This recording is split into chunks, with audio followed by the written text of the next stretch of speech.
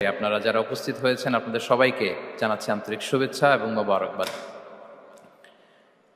শুরুতে আমরা আল্লাহ রাব্বুল ইজ্জা ওয়াল জালালের দরবারে শুকরিয়া জানাই, যিনি আমাদেরকে 3 দিন ব্যাপী কনভেনশনের শেষ দিন পর্যন্ত সুস্থভাবে উপস্থিত হয়ে এই প্রোগ্রামকে সাফল্যমণ্ডিত করবার সুযোগ করে দিয়েছেন। আমরা পড়ছি আলহামদুলিল্লাহ।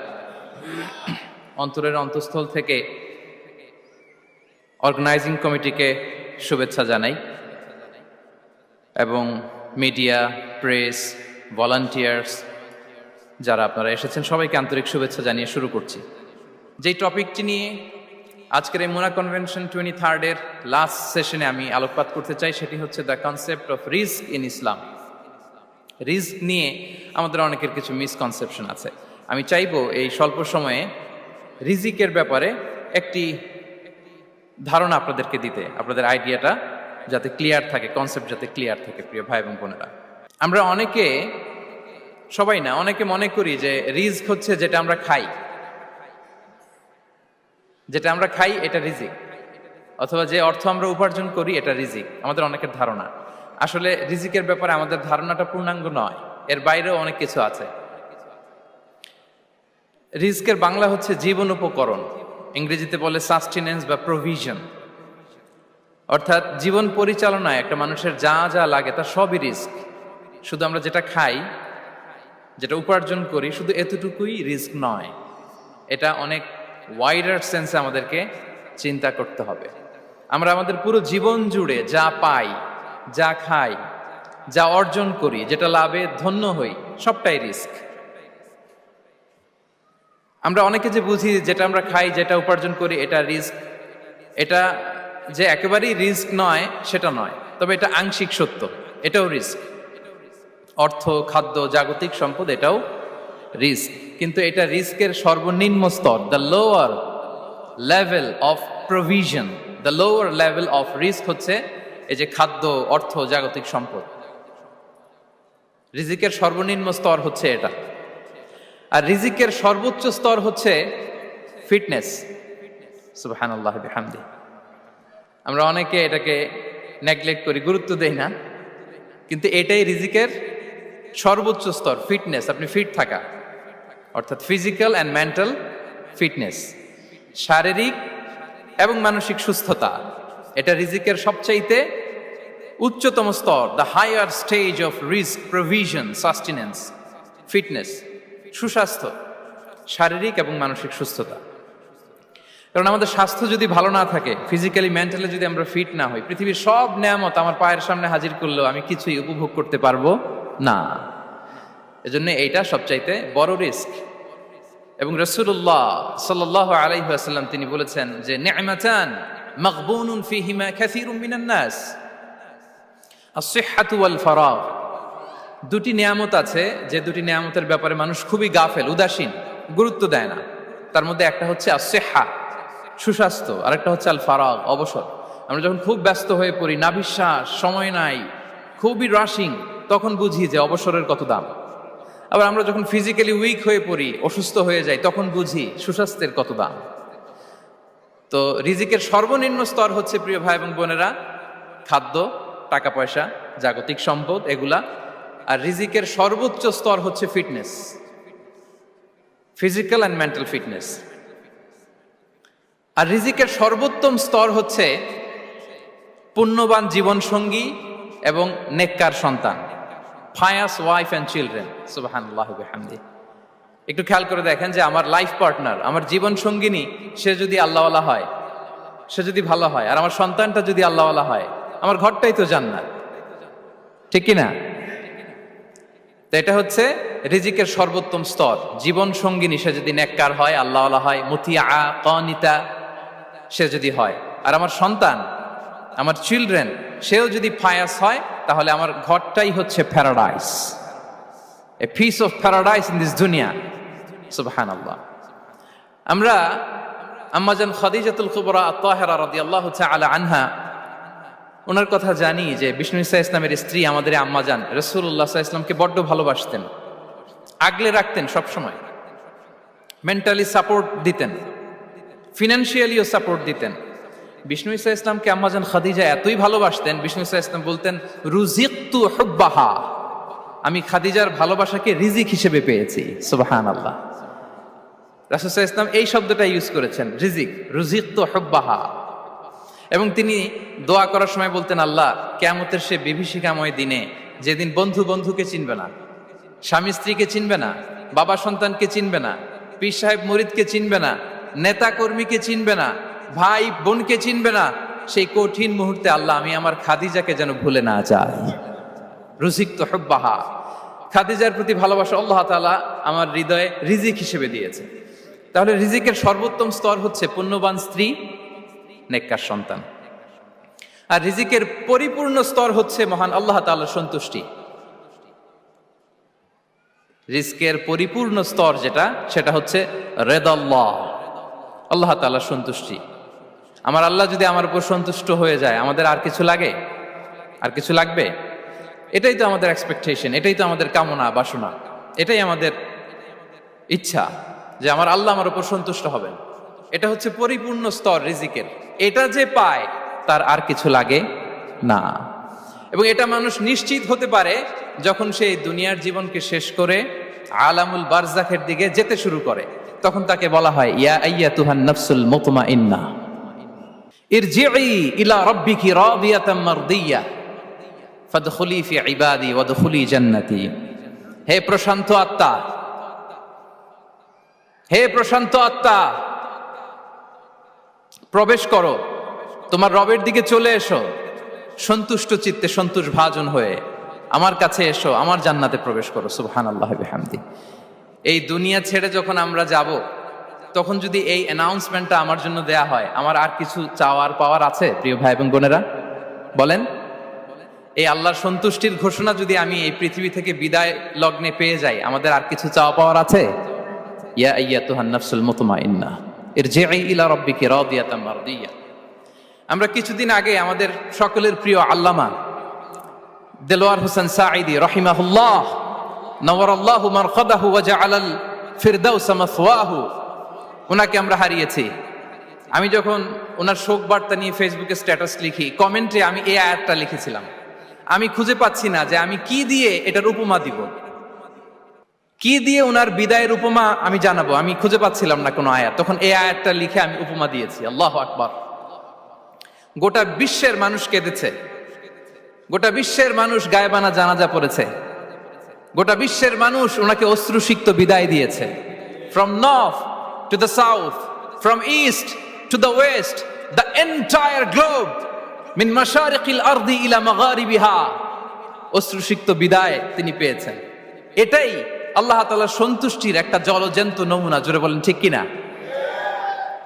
এর চেয়ে জলজ্যান্ত নমুনা আমার জীবদ্দশা আমি দেখিনি। এত মানুষের কান্না, কাবার গিলাফ ধরে কান্না,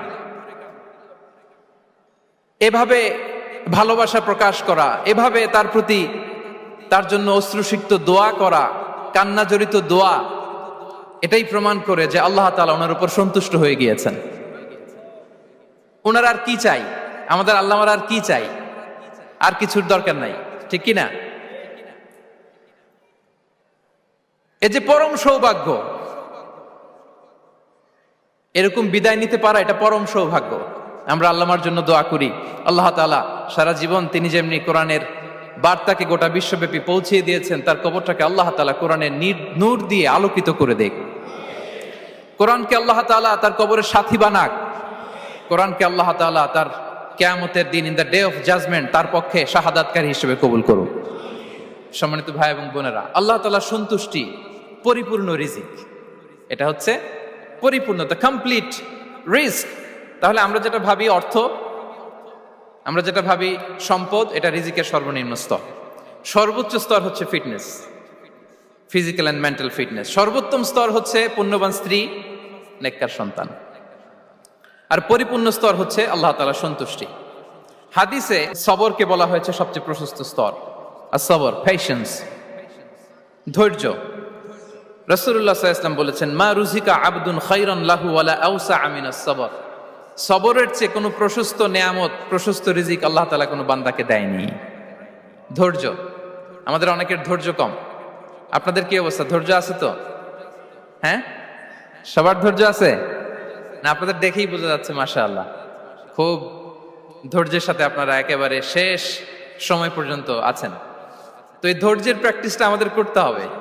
আমরা যেন অস্থির না হয়ে যাই, আমরা যেন আতঙ্কিত না হই, আমরা যেন প্রশান্ত থাকি, আমরা যেন ধৈর্যের প্র্যাকটিস করি। বিশেষ করে আমাদের সন্তানদের এটা শেখাতে হবে, কারণ ধৈর্য এটা এমন একটা গাছ যে গাছের সারা গায়ে কাটা কিন্তু এর ফলটা বড় মিষ্টি। ধৈর্য এমন একটা গাছ যে গাছের সারা গায়ে কাটা কিন্তু এর ফলটা বড় সুস্বাদু। তো সেই টেস্টি ফ্রুট যদি আপনি ট্রাই করতে চান, আপনাকে ধৈর্য ধারণ করতে হবে। তাহলে হাদিসের আলোকে আমরা জানলাম রিজিকের সবচাইতে প্রশস্ত স্তর হচ্ছে ধৈর্য। রিজিকের সবচাইতে কল্যাণকর স্তর হচ্ছে হিকমা। আল্লাহ তাআলা বলছেন ইউতিল হিকমাতা মান ইয়াশা ওয়া মান ইউতাল হিকমাতা ফাকাদ উতিয়া খায়রান কাসীরা। আল্লাহ যাকে চান তাকে এই হিকমা দেন, আর যাকে আল্লাহ তাআলা হিকমা দেন তাকে প্রভূত কল্যাণ দান করেন।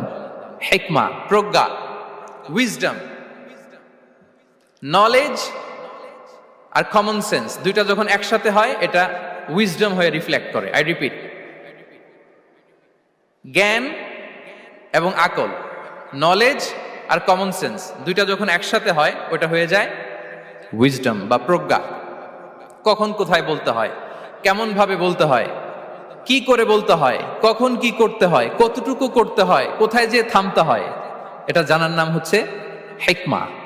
আর হিকমা হচ্ছে সবচাইতে কল্যাণকর রিস্ক। সম্মানিত সুধী, এটা হচ্ছে আমার introductory discussion. The concept of রিস্কের ব্যাপারে এখন মোটামুটি আমাদের একটা আইডিয়া ক্লিয়ার হয়েছে না? রিস্ক কি, কত ধরনের হতে পারে, রিস্কের সবচেয়ে নিম্ন স্তর কি, সর্বোচ্চ স্তর কি, সবচেয়ে প্রশস্ত স্তর কোনটা, সর্বশ্রেষ্ঠ স্তর কোনটা, সবচেয়ে কল্যাণকর স্তর কোনটা। এ পর্যায়ে আমরা জানবো যে এই রিজিকের বন্দোবস্ত কে করেন। কে করেন বলেন তো দেখি? এই রিজিকের বন্দোবস্ত একচ্ছত্র ভাবে আল্লাহ তাআলা এটা নিয়ন্ত্রণ করেন। তিনি রিজিকের মহাব্যবস্থাপক। যে আয়াত দিয়ে আমি শুরু করেছি প্রিয় ভাই এবং বোনেরা, ওমা মিন দাব্বাতিন ফিল আরদি ইল্লা আলাল্লাহি রিজকুহা ওয়া ইয়ালামু মুস্তাকাররাহা ওয়া মুস্তাওদাআহা কুল্লুম ফি কিতাবিম মুবিন। ভূপৃষ্ঠে বিচরণশীল যত প্রাণী আছে এই সবগুলো প্রাণীর রিজিকের ব্যবস্থাপনা আল্লাহ তাআলা নিজ কুদরতে করেন, এবং এই প্রত্যেকটা প্রাণীর স্থায়ী অস্থায়ী নিবাস সম্পর্কে, অবস্থান সম্পর্কে তিনি জানেন। এখানে যদিও ফিল আরদি বলা হয়েছে, বস্তুত জলে, স্থলে, বায়ুমণ্ডলে যত লিভিং ক্রিয়েচার আছে সব লিভিং ক্রিয়েচারের রিজিকের বন্দোবস্ত করেন কে? এজন্য তিনি হচ্ছেন রাজ্জাক। তিনি ওনার একটা নাম দিয়েছেন যে আমি হচ্ছি আর রাজ্জাক, ইন্নাল্লাহা হুয়ার রাজ্জাকু যুল কুওয়াতিল মাতিন। নিশ্চয় আল্লাহ তাআলা তিনি হচ্ছেন আর রাজ্জাক, তিনি রিজিকের ব্যবস্থাপক। যে কেউ রাজ্জাক হতে পারে না, চাইলে রাজ্জাক হওয়া যায় না। রাজ্জাক একজন, তিনি কে? আল্লাহ। রিজিকের রেসপন্সিবিলিটি আল্লাহ, রিজিক নিয়ে চিন্তা আল্লাহর। তো আল্লাহর চিন্তা আমি করলে হবে? বলেন, যেটার দায়িত্ব আল্লাহ, যে রেসপন্সিবিলিটি আল্লাহর, ওই রেসপন্সিবিলিটি আমি নিলে হবে? হবে না। তাহলে আল্লাহ তাআলা নিজেকে আর রাজ্জাক বলে কোরআনে আমাদের সামনে উপস্থাপন করেছেন। রাজ্জাকের তিনটা বৈশিষ্ট্য আছে। যেই সত্তার মধ্যে তিনটা বৈশিষ্ট্য খুঁজে পাওয়া যায় তিনি হচ্ছেন আর রাজ্জাক, দ্য প্রোভাইডার, দ্য সাস্টেইনার। আর রাজ্জাক কোন সেই তিন গুণ? এক নম্বর গুণ হচ্ছে নো ডেফিসিয়েন্সি, তার কোনো অভাব থাকবে না। হু continuously provide sustenance to his creatures, যে লাগাতার, নিয়মিত, প্রতিনিয়ত তার সৃষ্টিকে রিজিক দেন এবং গোটা বিশ্বকে রিজিক সরবরাহ করতে যে তার ধনভাণ্ডারের 1 ইঞ্চিও কমে না। সুবহানাল্লাহ বিহামদি।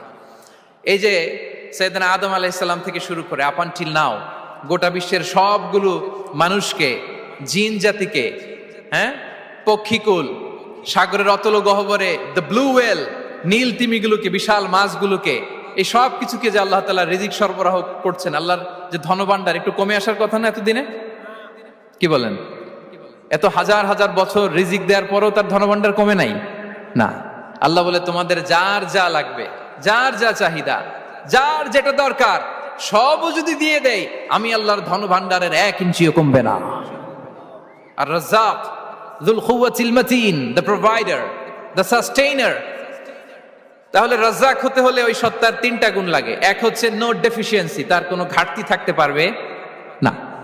2 নম্বর কোয়ালিটি হচ্ছে নেভার ফরগেটফুল, তিনি ভুলতে পারবেন না।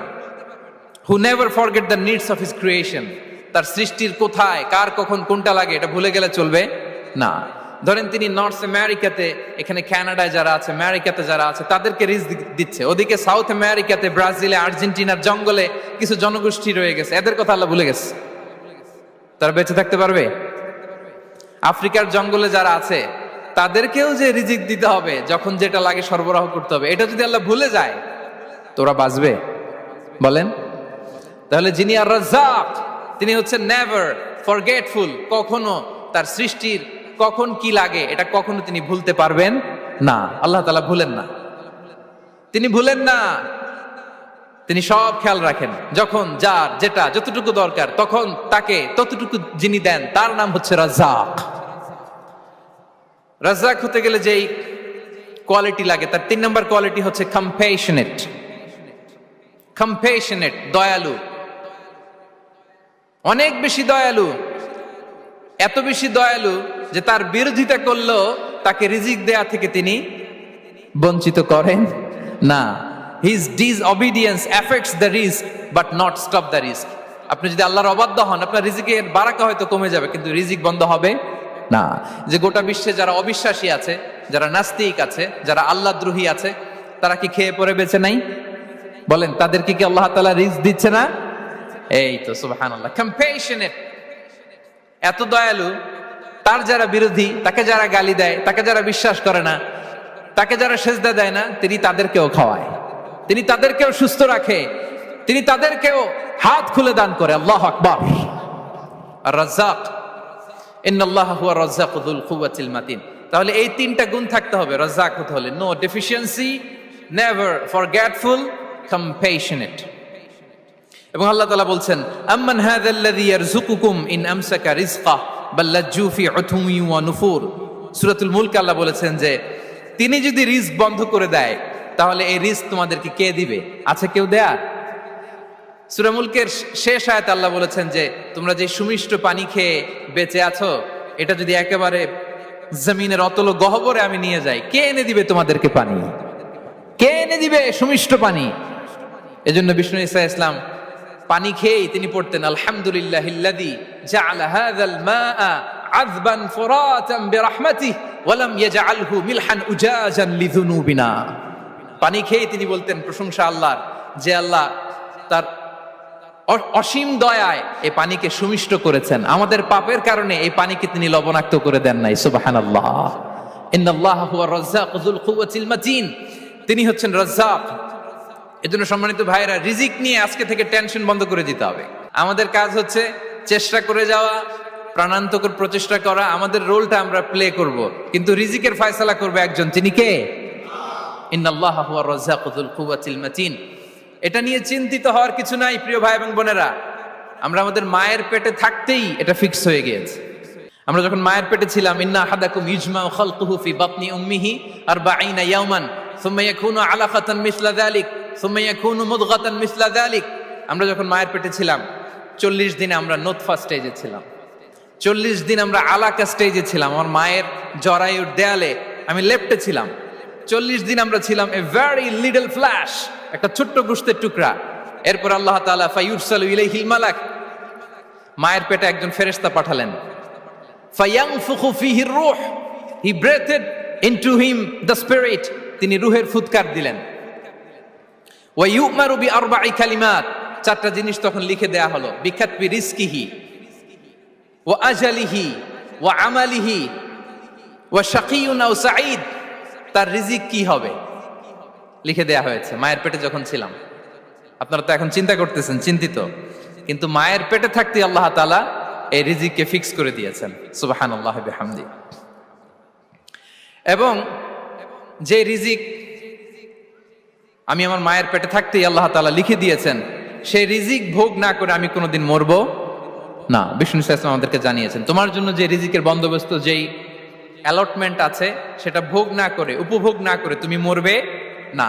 এবং সেটা আপনি উপভোগ করবেন, আপনার কাছেই আসবে। ধরুন আপনারা যে ফল আমেরিকাতে খান, এটা কি আমেরিকায় চাষ হয় ফল, নাকি কানাডা মেক্সিকো থেকে আসে? কোত্থেকে আসে? কোত্থেকে? এখানেই হয়, আবার বাইরে থেকেও আসে। Okay fine. লেটস সে আপনি যেই অ্যাপেলটা দিয়ে আজকে ব্রেকফাস্ট করলেন, যে অ্যাপেলটা আপনি খেলেন, এটা মেক্সিকো থেকে এসেছে। ওই অ্যাপেলটা যখন কুড়ি অবস্থায় ছিল, মুকুল অবস্থায় ছিল, তখনই ওটার মধ্যে আপনার নাম লেখা। এর মধ্যে কত পাখি এসে ওই গাছে বসেছে, কত মুকুল নষ্ট করেছে, ওইটা নষ্ট করে নাই, কারণ ওইটা আপনি খাবেন। ওইটা পুষ্ট হয়ে সুন্দর একটা ফল হয়ে ইম্পোর্টেড হয়ে এটা আমেরিকাতে আসলো, আমেরিকার বাজারে। অনেক মানুষ ওই ফলটা সুপার মার্কেটে যে ধরে চড়ে নেড়ে আবার রেখে দিয়ে চলে গেছে, নেয় নেই। ওইটা সে খাবে না, কারণ ওইটা আপনার রিজিকে লেখা। ওই ফল আপনি নিয়ে আসলেন, বাসায় অনেকেই অ্যাপেল খাচ্ছে, কিন্তু ওই অ্যাপেলটা খাবে না, কারণ এটা কে খাবে? সুবহানাল্লাহ পড়তে পারলেন না মজা করে? আল্লাহু আকবার। আপনার জন্য যেই রিজিক নির্ধারিত, এটা আপনিই খাবেন।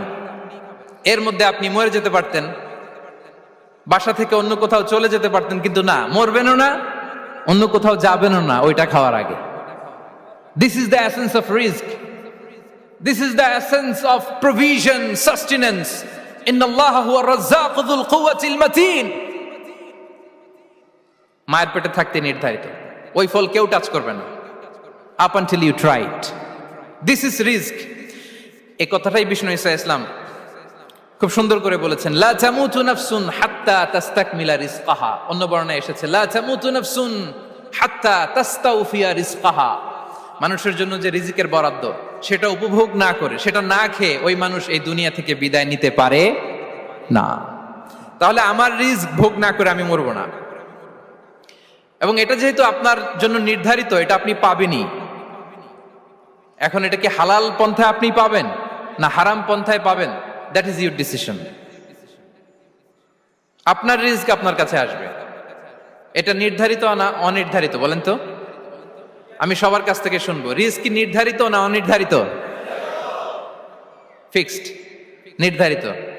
ফর এন এক্সাম্পল, ধরুন আপনি সারা জীবনে 1 কোটি টাকা ইনকাম করবেন। কয় কোটি? 1 কোটি টাকা ইনকাম করবেন, এটা নির্ধারিত, আল্লাহ তাআলা ফিক্স করে ফেলেছেন, এটা আল্লাহর সিদ্ধান্ত। কিন্তু এই 1 কোটি হালাল পন্থায় আপনি উপার্জন করবেন না হারাম পন্থায়, এটা আপনার সিদ্ধান্ত। So now the decision is years. যদি আপনি পরিশ্রমী হন, যদি আপনি সৎ পথ অবলম্বন করেন, তাহলে ওই 1 কোটি আসবে আপনার কাছে, কিন্তু হালাল পন্থায়। আর যদি আপনি হালাল হারাম মিক্স করেন, টেবিলের উপর দিয়েও নেন, নিচ দিয়েও নেন, আসবে কিন্তু 1 কোটি। আসবে কয় কোটি? কথা বোঝে নাই বোধহয়। টেবিলের নিচ দিয়েও যদি নেন, সারা জীবনে আপনি পাবেন কত? 1 কোটি। So now the decision is years. সিদ্ধান্ত আপনার। হালাল পন্থায় উপার্জন করবেন না হারাম পন্থায়? বলেন, হালাল না হারাম? হারামের সাথে আমাদের কোনো সম্পর্ক? হারামকে আমরা এই কনভেনশন সেন্টার থেকে না বলে দিলাম, আওয়াজ করে বলুন নো। হারামের সাথে আমাদের কোনো সম্পর্ক? আল্লাহ তাআলার দেয়া বরাদ্দ রিস্ক আমরা হালাল পন্থায় উপার্জন করবো ইনশাআল্লাহ। বলেন। তাহলে মায়ের পেট থেকে নির্ধারিত হয়ে গেল, আমারটা আমি পেলাম, হালাল ভাবে আমি নিব। আরেকটা জিনিস মনে রাখতে হবে যে কেউ কারো রিজিকে ভাগ বসায় না, কেউ না। আমরা অনেকে মনে করি যে আমি ওকে দিলাম, ওকে খাওয়াইলাম, আমি বোধহয় খাওয়াইলাম। না, সে আপনারটা খায় নাই, সে তার রিজিকই খেয়েছে। আমাদের ঘরে আমাদের বন্ধু বান্ধব আসে, অনেক সময় আমাদের ঘরে অনেক সময় অতিথি আসে, তাদেরকে আমরা আপ্যায়ন করি, তাদেরকে খাওয়াই। আসলে সে আমারটা খায় না, সে কারটা খায়? তার নিজেরটাই খায়। বিষ্ণু ইসলাম এটা খুব সুন্দর করে বলেছেন। ওনার কাজিন, চাচাতো ভাই আব্দুল্লাহ ইবনে আব্বাসকে একদিন অনেক নাসিহা করছিলেন। করতে করতে এক পর্যায়ে তিনি বললেন, ওয়া আলাম, ইবনে আব্বাসকে বলছেন, ওয়া আলাম আন্না মা আসাবাকা লাম ইয়াকুন লিইখতিআক ওয়া মা আখতাআকা লাম ইয়াকুন লিইউসিবাক। আব্দুল্লাহ, জেনে রেখো, যেটা তুমি পাওয়ার এটা তুমি কোনোদিন হারাবা না। যেটা তোমার হওয়ার কথা ছিল ওইটা তুমি কোনোদিন মিস করবা না। আর যেটা তুমি পাওয়ার কথা না, গোটা বিশ্বের সব শক্তিকে হাতের মুঠোয় আনলেও সেটার দেখা তুমি পাবে না, পাবে না। ওয়ালাম আন্নামা আসাবাকা লাম ইয়াকুন লিইখতিআক ওয়া মা আখতাআকা লাম ইয়াকুন লিইউসিবাক রুফিআতিল আকলাম ওয়া জাফফাতিস সুহুফ। আব্দুল্লাহ, রিজিক নিয়ে চিন্তিত হয়ো না, রিজিক নিয়ে পেরেশান হয়ো না। প্লে ইউর রোল, রিজিক ইজ ফিক্সড, যেটা তুমি পাওয়ার তুমিই পাবা, যেটা তুমি পাওয়ার কথা না চেষ্টা করেও সেটা তোমার কাছে আসবে না। সম্মানিত সুধী, এ পর্যায়ে আমরা জানবার চেষ্টা করব যে কিসে রিজিক বাড়ে, কি করলে রিজিকে ভরপুর বারাকা হয়, রিজিকের চাবিকা ঠিক কোথায়, কোন পথে চললে রিজিকে ভরপুর বারাকা হবে, আমার জীবনে বরকত নেমে আসবে রিজিকে। এটা জানতে মনে যাচ্ছে না আমাদের? হ্যাঁ, কষ্ট হচ্ছে আপনাদের? কষ্ট হচ্ছে? তাহলে কি করলে রিজিকে ভরপুর বারাকা হয়, কি করলে আমার জীবনে ভরপুর বারাকা নেমে আসে, এই পয়েন্টটাতে আমরা একটু আলোকপাত করি। যেসব কাজ করলে আমাদের জীবনে রিজিকে আসমানি বারাকা নেমে আসবে, আমাদের রিজিকে আসমানি বারাকা নেমে আসুক, আমরা চাই কি চাই না? সবাই আমরা চাই নিশ্চয়ই। মাখরাজ, মাখরাজ মানে কি জানেন? ওই যে এক্সিট লেখা না এদিকে, এই এক্সিটকে আরবিতে বলে মাখরাজ, মানে কোথাও আটকাবেন না, বের হওয়ার রাস্তা আছে, কোথাও আটকাবেন না, বের হওয়ার রাস্তা আল্লাহ তাআলা অ্যারেঞ্জ করে দিবেন। You will have the way out from crisis. ক্রাইসিসে পড়লে, সংকট মোমেন্টে আল্লাহ তাআলা ওখান থেকে এক্সিটের ব্যবস্থা আপনাকে করে দিবেন। ওয়া ইয়ারযুকুহু মিন হাইসু লা ইয়াহতাসিব, এমন জায়গা থেকে আল্লাহ তাআলা রিজিকের ব্যবস্থা করবেন যে সে কল্পনাও করে নাই। এরকম অনেক সময় হয় না যে আমি ভাবিও নাই যে এখান থেকে আমার রিজিকের বন্দোবস্ত হতে পারে, কোত্থেকে যে রিজিক চলে আসলো, এরকম জীবনে মাঝে মাঝে হয় কি হয় না? ব্যবস্থা করেন কে? যারা আল্লাহ তাআলাকে ভয় করে, যারা আল্লাহ সচেতন, তাদেরকে আল্লাহ তাআলা স্পেশাল রিজিক দিয়ে ধন্য করেন। তাকওয়াল্লাহ। পুরো কোরআনের মূল শিক্ষা কি, পুরো ইসলামের এসেন্স কি, জিস্ট কি, সারাংশ কি, যদি আমাকে জিজ্ঞেস করা হয় আমি বলবো তাকওয়াল্লাহ, আল্লাহর ভয়, আল্লাহর সচেতনতা। Allah is watching me, Allah is observing me. Allah তাআলা আমায় দেখছেন, আমি যাই করি না কেন, দরজা বন্ধ করে, জানালা বন্ধ করে, সব বন্ধ করেও যদি করি, পৃথিবীর সবার চোখ ফাঁকি দেয়া গেল, আল্লাহর চোখ ফাঁকি দেয়া যায়? পুলিশের চোখ ফাঁকি দেয়া যায়, সিকিউরিটির চোখ ফাঁকি দেওয়া যায়, আমার সাথের বন্ধুদের চোখ ফাঁকি দেয়া যায়, ফাঁকি দেয়া যায় না একটা মহান সত্তার চোখ। তিনি কে? এই যে সেন্সেশন, অনুভূতি, দিস ইজ তাকওয়া। এই অনুভূতিটার নামই হচ্ছে তাকওয়া, যে আমি যাই করি, যেভাবে করি, যখন করি, কেউ দেখে না কিন্তু দেখে কে? কেউ যেটা দেখে না সেটা দেখে কে? দিস ইজ তাকওয়া। এই তাকওয়ার চর্চা যার মধ্যে আছে তার রিজিকে বারাকা নেমে আসবে। আমরা যেন তাকওয়ার চর্চা করি, আমাদের ছেলে মেয়েদের জন্য এটা শেখাই যে কেউ দেখে না বাবা, কিন্তু আল্লাহ দেখে। ছোটবেলা থেকে যদি আমাদের সোনামণিদের ব্রেইনে এই তাকওয়াল্লাহ নামের এই সফটওয়্যারটা ইনস্টল করে দেই, আর কোনোদিন সে বিপদগামী হবে না, পথচ্যুত হবে না। ওই ছেলেকে দিয়ে আর পৃথিবীতে অন্যায় করানো যাবে না, সে পাপ কাজ করবে না, সে অন্যায় কাজ করবে না, সে অন্যের রাইটস নষ্ট করবে না, সে দুর্নীতি করবে না, সে ঘুষ খাবে না, সে সুদ খাবে না। শুধু দুর্নীতি দমন কমিশন দিয়ে দুর্নীতি বন্ধ করা যায় না, এই তাকওয়া আল্লাহর সফটওয়্যার ইনস্টল করে দিতে হবে। তাহলে এক নাম্বার হচ্ছে তাকওয়া। আল্লাহর ভয় যেন আমরা আমাদের হৃদয়ে রাখি। যাদের হৃদয়ে আছে আল্লাহর ভয়, তারা কভু পথ ভুলে যায় না। কি অসাধারণ কথা! তাহলে এক নম্বরে তাকওয়া আল্লাহ। দুই number আত-তাওয়াক্কুল আলাল্লাহ, to put your trust on Allah, to depend on Allah, আল্লাহর উপর ভরসা রাখা। আমরা ভরসা রাখি কার উপর? আওয়াজ করে বলুন, কার উপর? আমরা আমাদের ভরসা রাখি আল্লাহর উপর, কার উপর ভরসা রাখি না, ভরসা একজনের উপর। বিষ্ণু ইসা ইসলাম বলেছেন, লাউ আন্নাকুম তাওয়াক্কালুনা আলাল্লাহি হাক্কা তাওয়াক্কুলিহি লা রাযাকাকুম কামা ইয়ারযুকুত তায়র তাগদু খিমাসান ওয়া তারুহু বিতানান। পাখি যেমনি আল্লাহর উপর তাওয়াক্কুল করে, তোমরা যদি এমনি তাওয়াক্কুল করতে পারো, তাহলে পাখিকে আল্লাহ যেমনি রিজিক দেয়, তোমাদেরকে আল্লাহ তাআলা তেমনি রিজিক দিবেন। পাখি কি করে ভাই? সকালবেলা তার বাসা থেকে কিচির মিচির রবে, হ্যাঁ, দিক বিদিক ছুটে বেড়ায়, ছুটতে থাকে মাইলকে মাইল। আবার বিকেল বেলায় গোধূলি লগ্নে তার বাসায় এসে ফিরে আসে। ওই পাখিটাকে আল্লাহ তাআলা উদর পূর্তি করে তার নিড়ে ফিরিয়ে দেয়। তাহলে ইসলামে পাখিকে তাওয়াক্কুলের মডেল হিসেবে উপস্থাপন করা হয়েছে। কাকে? পাখিকে। এবার খেয়াল করে দেখেন তো, পাখি কি করে?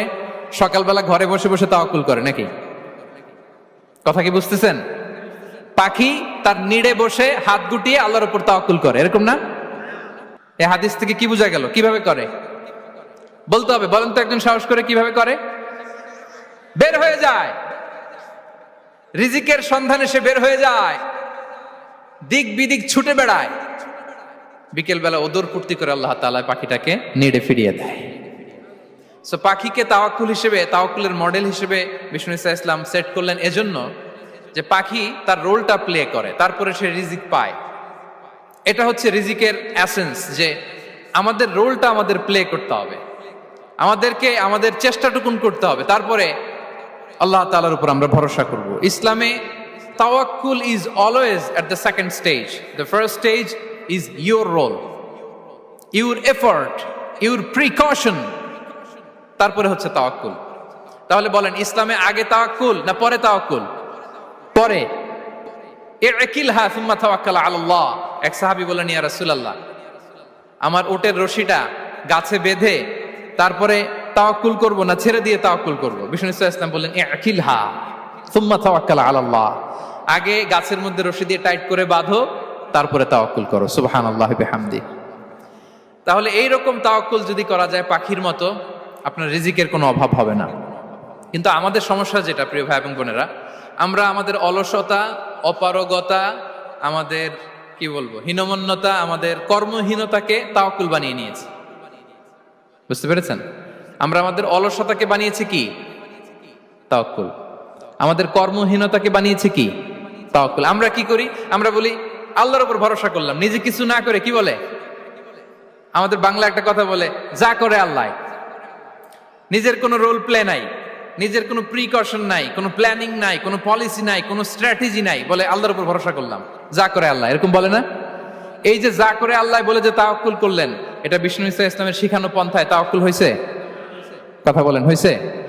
বিষ্ণু ইসা ইসলাম তো অপারগতা, দারিদ্রতা, অলসতা, অকর্মণ্যতা থেকে আল্লাহর কাছে পানাহ চেয়েছেন। তা আপনি এটা কি তাওয়াক্কুল করলেন? এটা তাওয়াক্কুল হয়নি।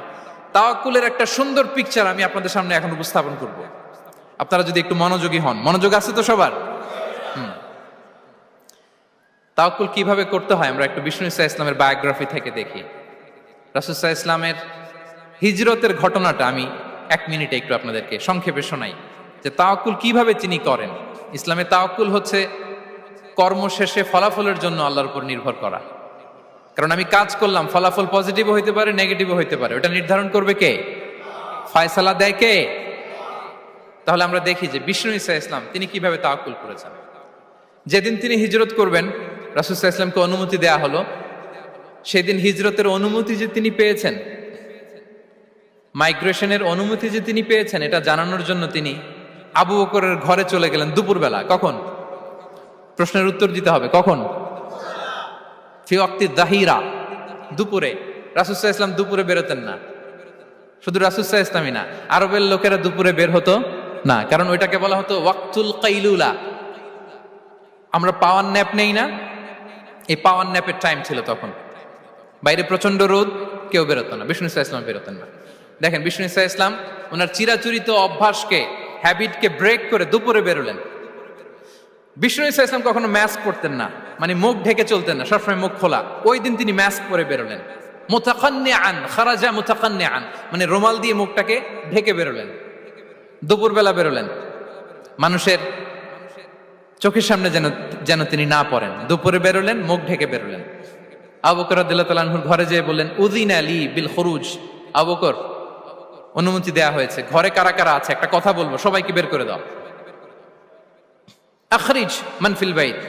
আবু বকর বললেন, ইয়া রাসূলুল্লাহ, ঘরে তো আপনার ফ্যামিলি। আয়েশা রাদিয়াল্লাহু তাআলা আনহার সাথে ততদিনে বিয়ে হয়ে গিয়েছে, কিন্তু সংসার শুরু হয়নি। দে আর পার্ট অফ ইউর ফ্যামিলি, আপনার সংসার, আয়েশা, আসমা।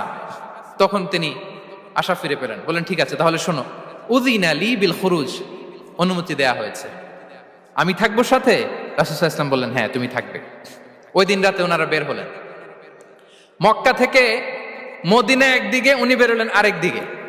ধরেন মক্কা থেকে মদিনার রাউট হচ্ছে এইদিকে, তা আমরা তো এইদিকেই বেরোবো নাকি? কথা কি বুঝতেছেন? বিষ্ণু বেরোলেন কোন দিকে? এইদিকে। সুবহানাল্লাহ বললেন না? এজন্য আবেগ একটু কন্ট্রোল করতে হবে, আবেগ আর বিবেকের সমন্বয় লাগবে, প্রপার স্ট্র্যাটেজি লাগবে, ওয়েল প্ল্যানিং লাগবে, তাহলেই সেই নেতৃত্ব আবার মুসলিমদের হাতে আল্লাহ ফিরিয়ে দিবে। মক্কা থেকে মদিনা এদিকে, বিশ্বনবী বেরোলেন এদিকে, বের হয়ে চলে গেলেন গারে সাউরে, সেখানে তিনি থাকবেন। এগুলো হচ্ছে বিষ্ণু ইসলামের প্রিকশন। এবার দেখেন আবু বকরের প্রিকশন কি ছিল। আবু বকর রাদিয়াল্লাহু প্ল্যান করলেন, বিশ্বনবী যেহেতু 3 দিন এই গারে সাউরে থাকতে চান, রাত্রিবেলা বের হয়ে তো ওনার অবস্থান শুরু করলেন, তাহলে 3 দিন মক্কায় আমাদের ব্যাপারে কি বলে, কে কি বলে, এটা আমাদের জানার দরকার আছে না নাই? ওনার ছোট্ট ছেলে আব্দুল্লাহকে উনি অ্যাসাইন করলেন। আব্দুল্লাহ, now you have a very, খুবই গুরুত্বপূর্ণ একটা দায়িত্ব তোমাকে পালন করতে হবে। কি?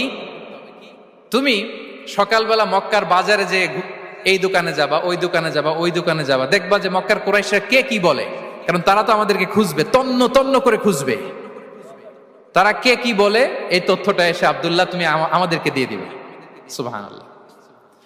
আবু বকর রাদিয়াল্লাহু তাআলা আনহুর ছোট্ট ছেলে আব্দুল্লাহ মক্কার বাজারে এখানে যায় ওখানে যায়, কে কি বলে সে সব শুনে আস্তে করে এসে মরুভূমি পার হয়ে গারে সাউরে যে আবু বকর রাদিয়াল্লাহু তাআলা আনহুর কাছে ইনফরমেশন সব দিয়ে দিচ্ছে।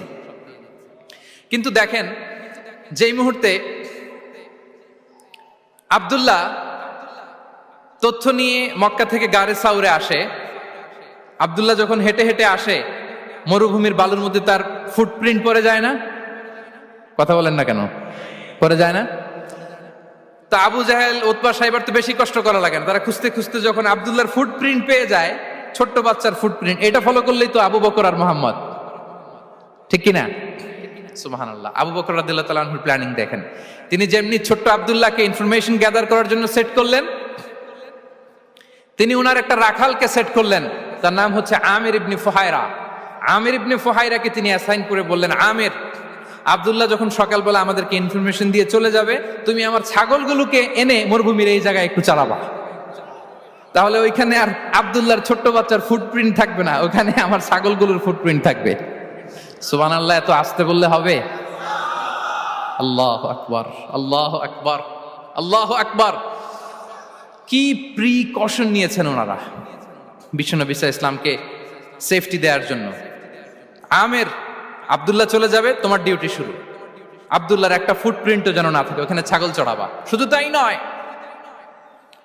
আব্দুল্লাহ ইবনে উরাইকিত নামে একজন গাইড ভাড়া করল আবু বকর, যিনি মক্কা থেকে মদিনা তাদেরকে নিয়ে যাবে, কিন্তু ক্যারাভান, কাফেলা যেই পথে চলে ওই পথে নয়, সাওয়াহিলি পথে, একটা আনইউজুয়াল আননোন রাউট ধরে ওনারা মক্কা থেকে মদিনায় যাবে। নিয়ে যাচ্ছে সর্বশেষে সে যখন দেখাই দিল যে এখান থেকে সোজা চলে গেলে আপনারা মদিনায় চলে যাবেন, বিদায়। আল্লাহ রাসূল সাল্লাল্লাহু আলাইহি ওয়াসাল্লাম কোয়াইট এন্ড কাম, আবু বকর রাদিয়াল্লাহু তাআলা আনহু ব্যাক এন্ড ফোর্থ করছেন, সামনে যাচ্ছেন পেছনে যাচ্ছেন, কি না কি হয়, কিন্তু বিষ্ণু সাল্লাল্লাহু আলাইহি ওয়াসাল্লাম একেবারে শান্ত, কারণ বিষ্ণু সাল্লাল্লাহু আলাইহি ওয়াসাল্লামের হাতে যা করার ছিল তিনি সব করে ফেলেছেন, সর্বোচ্চ প্রিকশন নিয়েছেন। Now he is putting his trust on Allah, now he is in the state of his তাওয়াক্কুল। বিষ্ণু সাল্লাল্লাহু আলাইহি ওয়াসাল্লাম এখন তাওয়াক্কুল করতেছেন, বিষ্ণু সাল্লাল্লাহু আলাইহি ওয়াসাল্লাম তখন তাওয়াক্কুলের মোমেন্টে আছেন।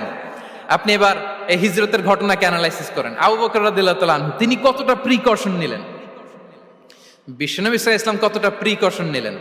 আমরা টিপিক্যাল বাঙালি মুসলমান যদি নবী হইতাম, আমরা কি করতাম? আমরা বলতাম, আমি নবী, আমার কাছে ওহী আসে, আমি রাত্রিবেলা লুকিয়ে লুকিয়ে গারে সাউরে যাব কেন, আমি দিনের বেলায় ঢং ঢং করে আবু জাহেল্লার নাকের সামনে দিয়ে যাব, দেখি আল্লাহর শক্তি বেশি না আবু জাহেল্লার শক্তি বেশি। এরকম সস্তা বলে আওড়াতাম না আমরা? আমি নবী, সরি ফর দ্য স্ল্যাং, আমি নবী, আমি লুকিয়ে রাতে কেন যাব, আমি আবু জাহেলের সামনে দিয়ে যাব, দেখি আল্লাহর শক্তি বেশি না আবু জাহেলের শক্তি বেশি, এরকম বলতাম না?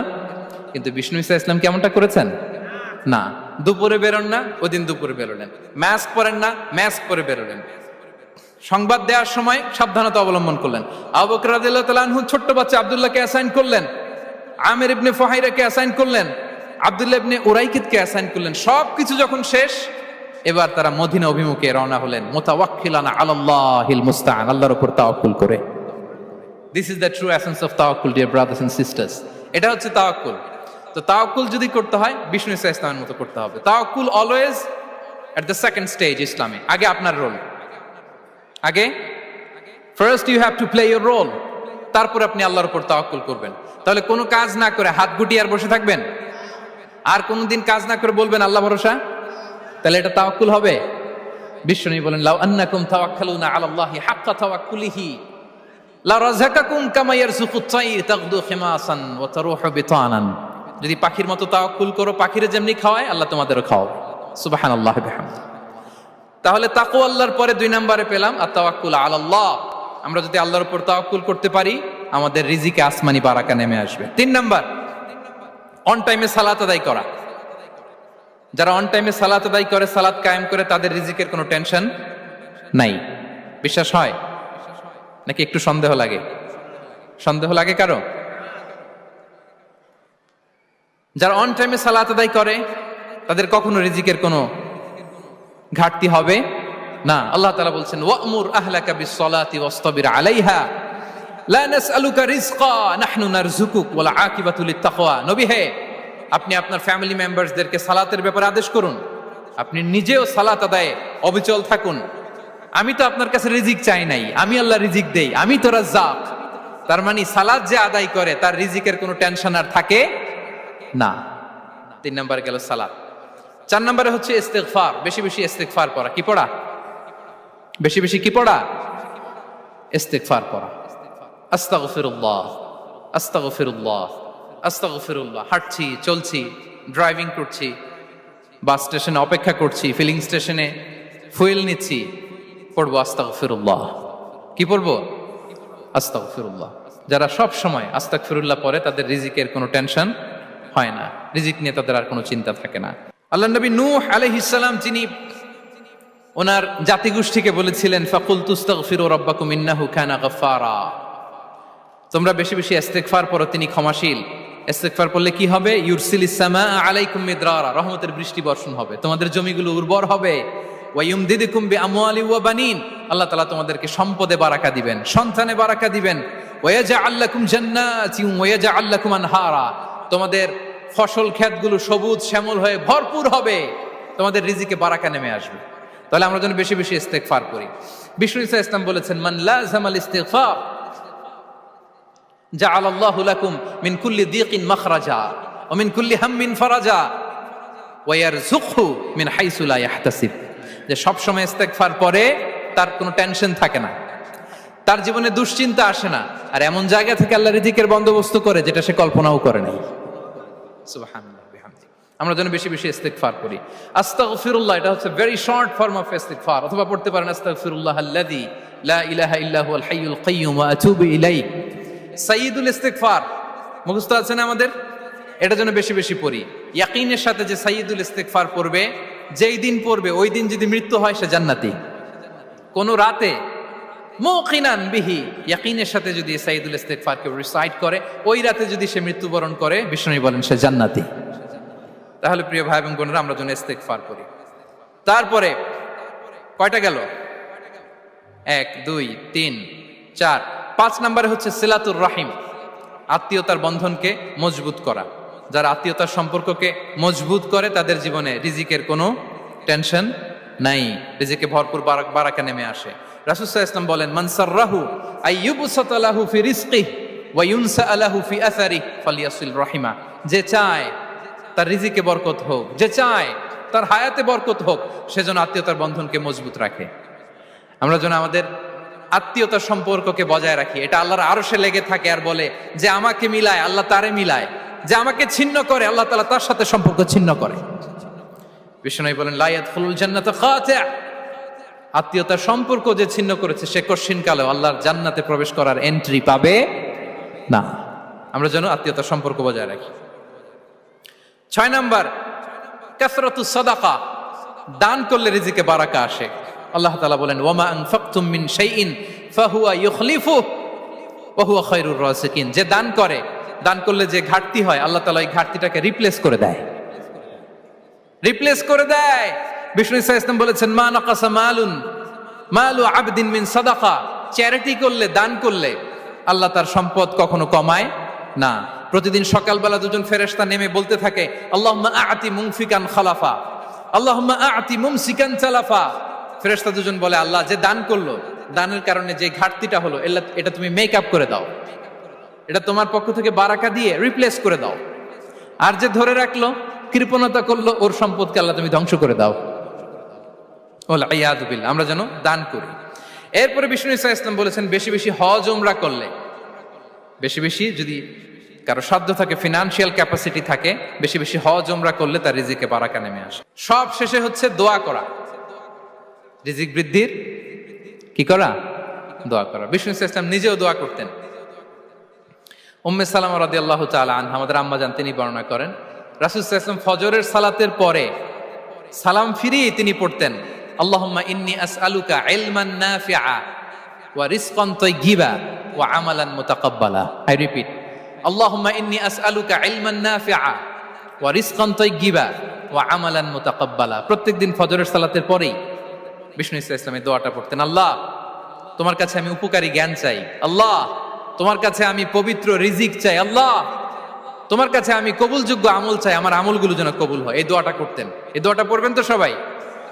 বিষ্ণু ঈসা ইসলাম নিজে পড়তেন সকালবেলা, একেবারে দিনের শুরুতেই রিজিকের বরকতের জন্য দোয়া করে তিনি ওনার ডে স্টার্ট করতেন। রিজিকের জন্য দোয়ার ব্যাপারে পাওয়া যায়, আমরা সেদিকে যাব না। সাইয়েদনা ঈসা আলাইহিস সালাম তিনি বলেছেন, আল্লাহ আকাশ থেকে মায়েদা পাঠান। ওই আয়াতের শেষে বলেছেন, ওয়ারযুকনা ওয়া আনতা খায়রুর রাযিকিন, আল্লাহ আপনি আমাদেরকে রিজিক দিয়ে ধন্য করুন, আপনিই তো রিজিক দাতা।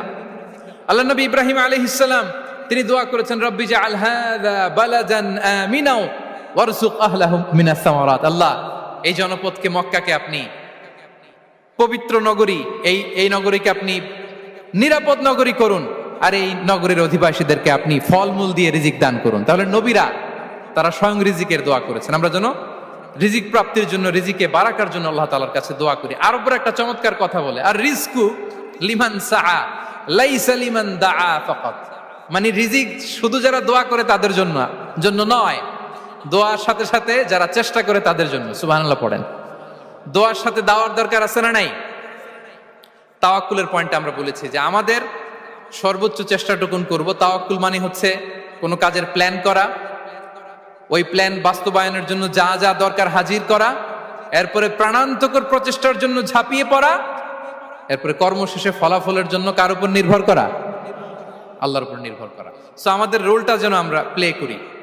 জমিনকে আল্লাহ প্রশস্ত করে দিয়েছেন, আল্লাহ বলেছেন ওয়া কুলু মির রিজকি, জমিনকে প্রশস্ত করেছি, এর পরতে পরতে ঘুরো, খোঁজো, চেষ্টা করো তোমার রিজিক তুমি নাও।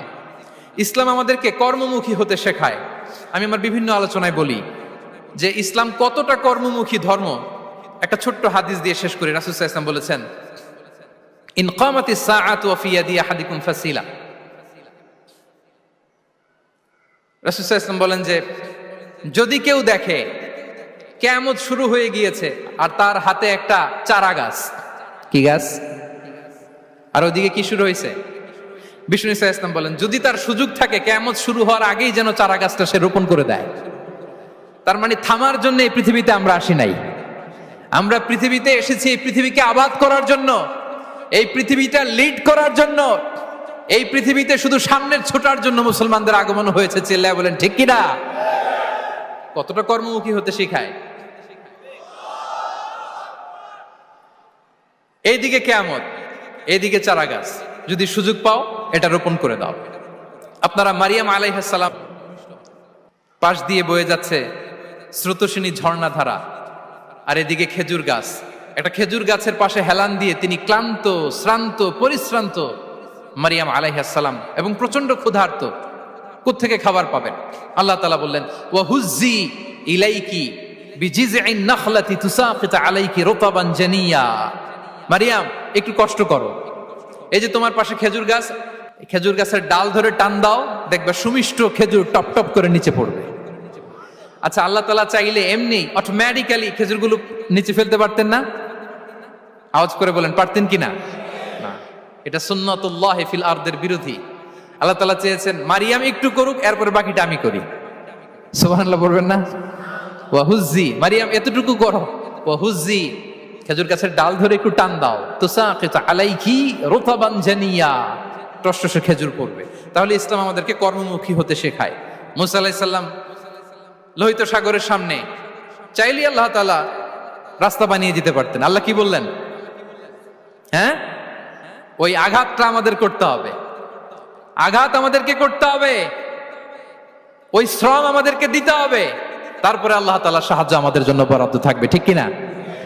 সম্মানিত ভাইয়েরা, এটাই হচ্ছে সুন্নাতুল্লাহ ফিল আরদ, এটাই জামিনে আল্লাহর সিস্টেম, এটাই the law of nature in this universe. এখানে আমাকে প্রচেষ্টা করতে হবে, আমার রোল প্লে করতে হবে, তারপরে আমার রিজিক আমার কাছে আসবে।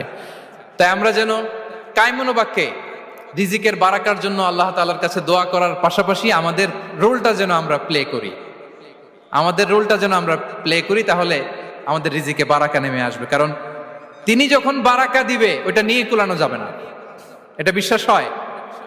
বিশ্বাস হয়? ওয়াল্লাহু ইয়ারযুকু মান ইয়াশা বিগাইরি হিসাব। তিনি যখন দেয় এমন দেয় ওটা আপনি নিয়ে কুলাতে পারবেন না। তো সেই রিজিকের উপযুক্ত যেন আমরা হই, আমরা যেন দোয়ার পাশাপাশি আমাদের প্রচেষ্টা অব্যাহত রাখি, আমাদের প্রিকশন অব্যাহত রাখি, আমাদের কর্মচঞ্চল অ্যাটেম্পটগুলো অব্যাহত রাখি, তাহলে আল্লাহ তাআলা আমাদেরকে রিজিক দিয়ে, ভরপুর রিজিক দিয়ে আমাদেরকে তিনি ধন্য করবেন। হাযা মা ইনদি ওয়াল ইলমু ইনদাল্লাহ আলাইহি তাওয়াক্কালতু ওয়া ইলাইহি উনীব। ওয়াসসালামু আলাইকুম ওয়া রাহমাতুল্লাহি তাআলা ওয়া বারাকাতুহু।